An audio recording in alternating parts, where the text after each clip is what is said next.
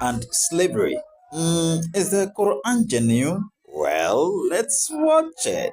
What does Islam have to do with the slave trade? Yeah, I'm going to address your full question. Before the European slave trade of the 1600s, 1700s and 1800s that happened in West Africa, the Islamic slave trade had existed in the Muslim world for nearly 14 centuries prior. For nearly, ladies and gentlemen, for nearly 11 centuries, Muslims had taken slaves across Africa, across Europe, and had taken them into the Muslim world. And all through the time that Europeans practiced slavery, for the full 300 years of the European slave trade, Muslims continued to practice their own slave trade. They continued to kidnap people from Europe. They continued to kidnap people from Indonesia, people from India, people from Afghanistan, people from Africa,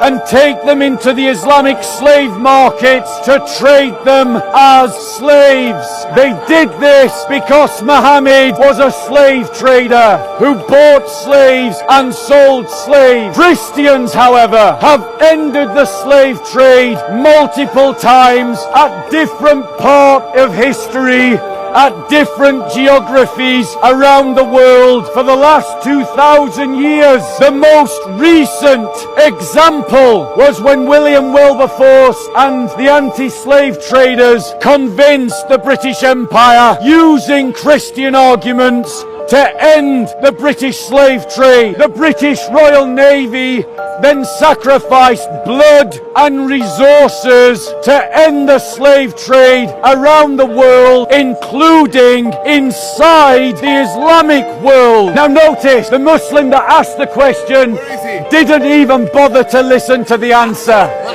because that's how they do it.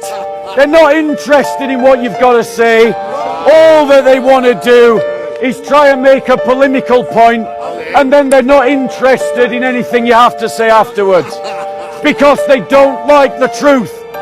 Why did Christians try to abolish the slave trade?